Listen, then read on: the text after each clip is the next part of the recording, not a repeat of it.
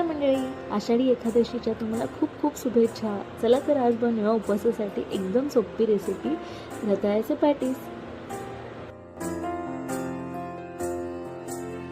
तुझ्या विना वैकुंठाचा कारभार चालना, एकला विठुरायाला हो संसार पेलना.